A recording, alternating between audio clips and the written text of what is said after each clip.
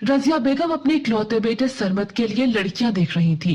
रिश्ता करवाने वाली उनके घर आकर लड़कियों की तस्वीरें दिखा रही थी। वो तमाम लड़कियों की तफसील पूछ रही थी। 3 लड़कियां पसंद की और कहा इनके घर ले चलो। रजिया बेगम की बड़ी बेटी चाय के साथ कबाब लाई और टेबल पर रख दिए।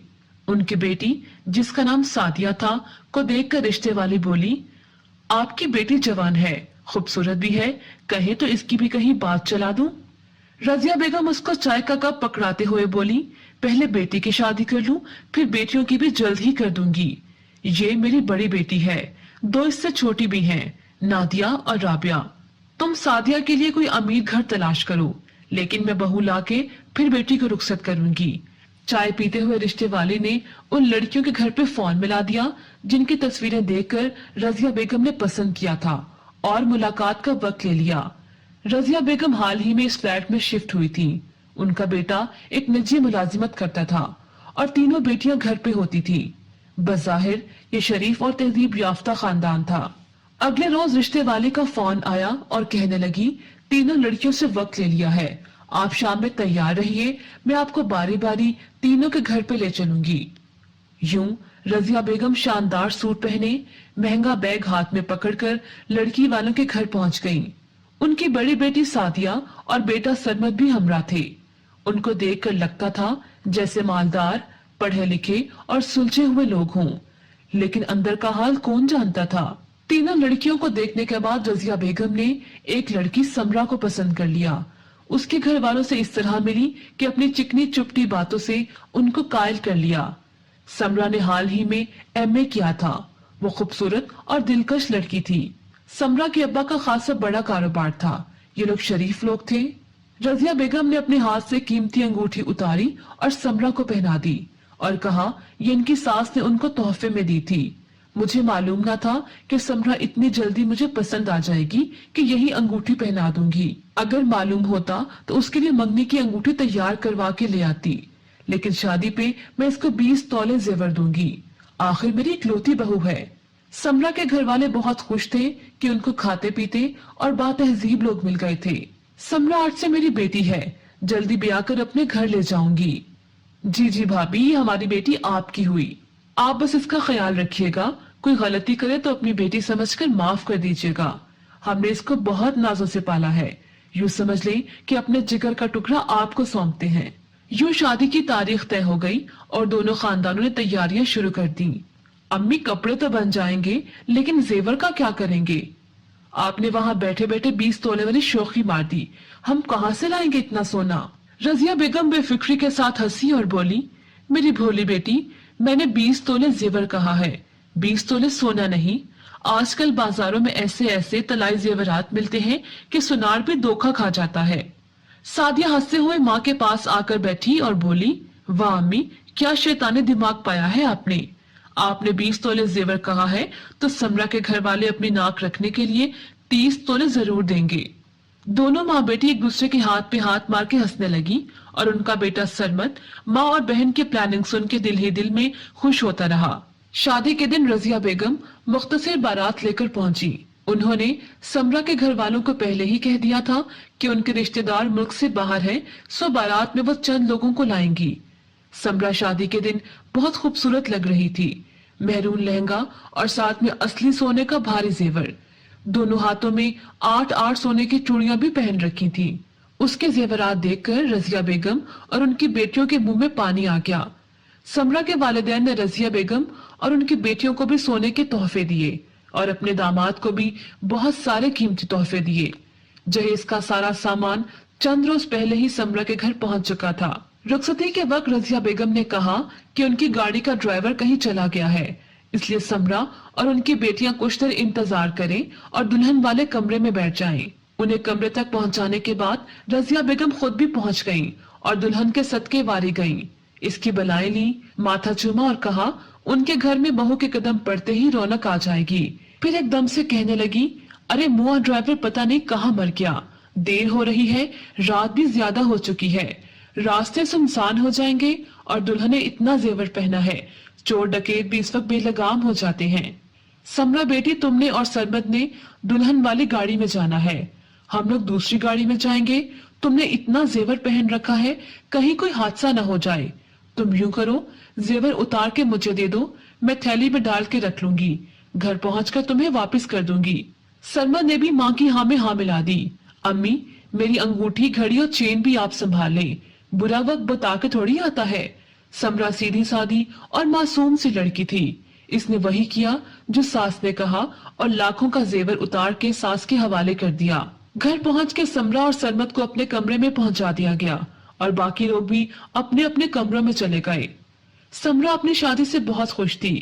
سرمد کا ساتھ پا کے اسے اچھا لگ رہا تھا, لیکن وہ کیا جانتی تھی کہ وہ کن لوگوں میں پھنس چکی ہے. یہ لوگ لالچی اور دھوکے باز تھے.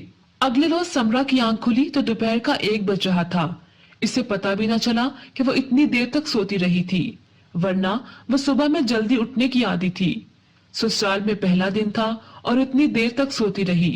وہ پریشان ہو گئی کہ شوہر اور ساس کیا سوچیں گے کہ بہو کیسی کاہل ہے.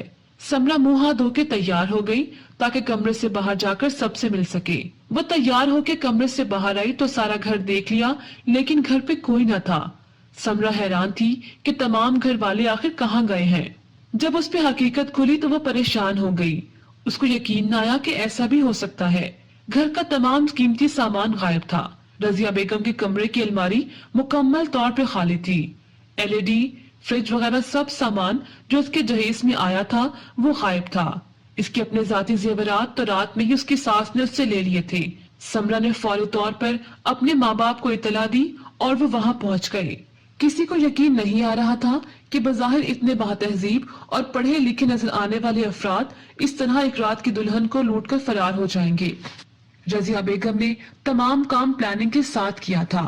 رات میں سمرا سے تمام سامان لے لیا اور زیورات بھی لے لیے, اور جہیز کا قیمتی سامان بھی رات گھر آتے ہی سمیٹ لیا, اور سمرا کو چائے میں نشاور گولیاں ملا کے پلا دی تاکہ وہ دیر تک سوتی رہے. سمرا نشے میں سو رہی تھی اور وہ نوسر باز خاندان سارا قیمتی سامان لے کے بھاگ گیا. سمرا اور اس کے گھر والے لٹ چکے تھے. بیٹی ایک رات کی دلہن بن کے اجڑ گئی اور سارا روپیہ پیسہ بھی چلا گیا. وہ سب صدمے میں چلے گئے تھے.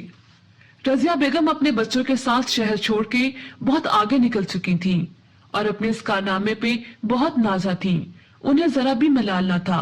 وہ ایک دوسرے شہر میں آ گئے اور یہاں بھی ایک گھر کرائے پہ لے لیا.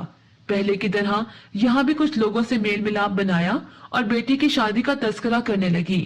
دراصل یہ سارا خاندان اپنا پہننا اوڑھنا, بولنا چالنا اور رکھ رکھاؤ ایسا رکھتے تھے کہ جس سے بھی ملتے اس کو مروب کر لیتے. رضیہ بیگم نے اپنی پڑوسن کے ذریعے ایک جگہ بیٹے کی بات چلائی. پہلے کی طرح مالدار گھر ڈھونڈا تاکہ یہاں سے بھی خوب جہیز ملے. اس دفعہ بھی وہ ڈرامہ کرنے کو تیار تھی. جس لڑکی کو انہوں نے اب کی بار پسند کیا اس کا نام فارحہ تھا. فارحہ خوبصورت تھی اور ماں باپ کی اکلوتی بیٹی تھی. سمرا کی طرح فارحہ کو بھی رضیہ بیگم نے اپنے ہاتھ سے اتار کر ایک انگوٹھی پہنائی اور یہی ظاہر کیا یہ ان کی خاندانی انگوٹھی ہے جو ان کو اپنی ساس سے ملی تھی اور اب وہ اپنی بہو کو پہنا رہی تھی. رضیہ بیگم, ان کے بیٹے سرمد اور بیٹیوں نے خوب اچھی طرح فارحہ اور اس کے گھر والوں کو شیشے میں اتار لیا. یوں شادی ہوئی اور پہلے کی طرح وہ لوگ ایک رات کی دلہن کو چھوڑ کے سارا قیمتی سامان لوٹ کے فرار ہو گئے. ایک دفعہ اور کامیابی کے ساتھ اپنی بہو کو دھوکہ دینے پہ وہ سب لوگ بہت خوش تھے. رضیہ بیگم نے یہ اپنا کاروبار بنا لیا تھا. بیٹے کو بیاہنے کے بہانے وہ خاندان کو لوٹ مار کر کے فرار ہو جاتے. سمرا اور فارحہ نے شادی کے لیے نہ جانے کیا کیا خواب دیکھے ہوں گے. اپنی آنے والی زندگی کے حوالے سے سہانے سپنے سجائے ہوں گے, لیکن رضیہ بیگم اور ان کے بچوں نے دل سے خدا خوفی کو نکال کر 2 معصوم لڑکیوں کی زندگیوں کو تباہ کر دیا. یوں ہی وقت گزرتا گیا. رضیہ بیگم اور ان کے بچے اس لوٹے ہوئے روپے پہ عیاشی کرتے رہے. ایک روز وہ دوسرے شہر میں آ کے بس گئے کیونکہ فارحہ کے خاندان کو دھوکہ دینے کے بعد اس شہر میں ٹھہرنا خطرے سے خالی نہ تھا. ایک روز سرمد گھر آیا اور ماں سے کہنے لگا کہ اس نے ایک لڑکی کو اپنی محبت کا یقین دلوا دیا ہے. وہ اس سے شادی کرنے پہ راضی ہے. لڑکی کا باپ بہت بڑا کاروباری آدمی ہے. اس کا دبئی میں کاروبار ہے. لائبہ اکلوتی ہے اور باپ کی ساری جائیداد کی مالک ہے. اور ظاہر ہے لائبہ کا باپ اپنے داماد کو بھی کاروبار میں حصہ ضرور دے گا. امی اگر یہاں میری شادی ہو گئی تو ساری زندگی ہم دبئی میں عیش کریں گے, عیش. वाह मेरे बेटे, तुम तो माँ से भी आगे निकले। बहुत मालदार लड़की तलाश की है तुमने। तुम फिक्र ना करो, मुझे लाइबा के घर ले चलो, मैं शादी की बात पक्की करवा के ही दम लूंगी। रजिया बेगम और उनके बेटे ने पहले जो वारदातें की थी वो दोनों खानदान मालदार थे, लेकिन सरमत के मुताबिक लाइबा की बाप की दौलत इनसे कहीं ज्यादा थी। उनको मरूब करने के लिए रजिया बेगम ने खूब शाहाना अंदाज अपना लिया और बड़े बड़े मन घड़त झूठ बोलने लगी। लाइबा के वालिद से शादी की बात की और लाइबा के वालिद ने सोचने के लिए कुछ वक्त मांगा और फिर शादी के लिए हाँ कर दी। सरमत की तीसरी शादी की तैयारियां जारी थी। इस बार हर चीज बढ़ चढ़ के की जा रही थी, क्योंकि उन लोगों ने खुद को बहुत अमीर जाहिर किया था। रजिया बेगम का ख्याल था कि पहले दुल्हन को 20 तोले जेवर दिया तो 30 तोले मिला, इसलिए लाइबा को जितना दिया जाएगा उससे भी महंगे तोहफे मिलेंगे। शादी में एक हफ्ता बाकी था कि लाइबा के बाप ने अजीब शर्त रख दी कि शादी एक ही शर्त पर होगी, अगर सरमत की बहन सादिया का रिश्ता लाइबा के बाप से किया जाए। ये सुनकर रजिया बेगम सोच में पड़ गई कि कैसी शर्त है। सरमत ने माँ को समझाया कि इसमें कोई कबाहत नहीं, लाइबा का बाप एक अरबपति इंसान है, इससे सादिया की शादी हो गई तो उनका ही फायदा है, दोनों हाथों से लूट खाएंगे। बेटे की तजवीज सुनकर माँ भी राजी हो गई और इस तरह एक के बजाय 2 शादियों की तैयारियां जारी थी। एक ही दिन एक ही शादी हॉल में 2 शादियां हुई। रजिया बेगम ने जितना जेवर लूटा था वो सारा बहू और बेटी को पहना दिया, क्योंकि वो जानती थी कि इससे 2 गुना वापस मिलेगा। रुखसती यूं हुई कि लाइबा सरमत के साथ ब्याह कर आ गई और सादिया लाइबा के बाप के साथ रुखसत हो गई। अगली सुबह जो हुआ इससे रजिया बेगम के होश उड़ गए। सुबह हुई तो पता चला कि लाइबा सारा जेवर और कीमती सामान लूट के फरार हो चुकी थी। सरमत को रात में इसने कोई नशावर चीज मिला के खिला दी थी, जिससे वो गहरी नींद सो गया और इस दौरान इसने रजिया बेगम का दिया हुआ सारा जेवर समेटा। इसके अलावा घर पे जो भी कीमती चीज मिली वो साथ ले गई और चुपके से निकल गई। जो खेल ये माँ बच्चे मिलके दूसरों के साथ खेलते थे वही इनके साथ खेला गया और इस तरह खेला गया कि मुकम्मल तौर पर कंगाल हो चुके थे। माल असबाब तो जा ही चुका था, साथ में बेटी से भी हाथ धोने पड़े। दरअसल लाइबा का बाप दुबई में कारोबार जरूर करता था, लेकिन वो लड़कियां और मनशियात गैर कानूनी तौर पर स्मगल करता था। लाइबा की शादी भी प्लानिंग के तहत की गई थी और वो इस प्लानिंग में कामयाब हुई और सारा सामान लूट के भाग गई। दूसरी जानिब लाइबा के बाप ने अपनी एक रात की दुल्हन यानी सादिया को भी स्मगल कर दिया और काले धन में लगा दिया।